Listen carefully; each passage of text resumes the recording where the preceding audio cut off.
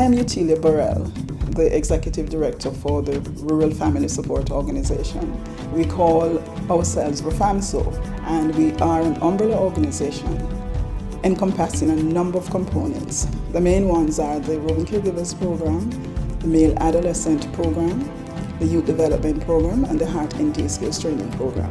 One of the interesting things about RFAMSO is that each program feeds into the other, and that has created a kind of synergy that has allowed us to continue over a number of years when we had a reduction in funding. I'm Yvonne Osborne, and I'm a project officer, which is a multifaceted role.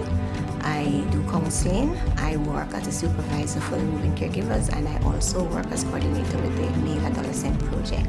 Well, MAP, as the acronym for Male Adolescent, suggests that these young males, they come to us between the age of 17 to 24 years old through dropouts from the high school or all-age schools, as well as from the street. They're classified as boys at risk or young men at risk and who are in crisis. Usually these families are not able to keep them in school or send them back to school. And so we have formed a safety net for them here at RFAMSO.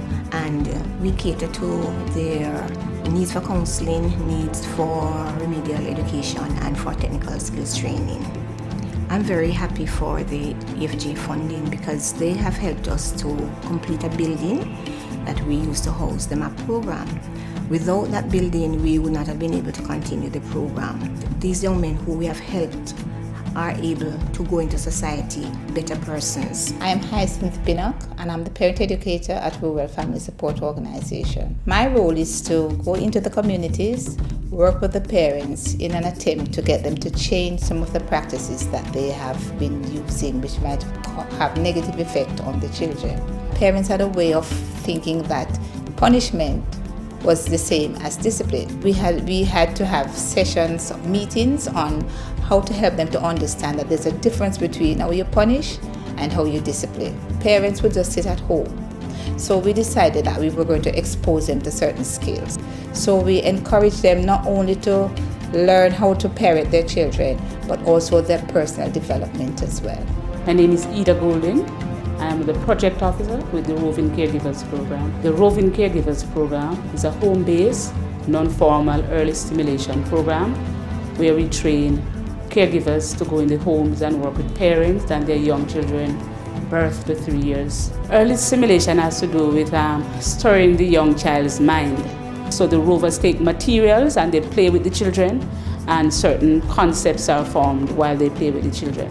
In the rural areas of Clarendon, there's the absence of daycare, so children in those communities, they are not really exposed to any early stimulation. So we just decided to really take the Roving Caregivers Program to those communities where there are no daycare centers. So those children will really get the benefit of being stimulated, so that when they are 3 and they move on to basic school, then they are ready.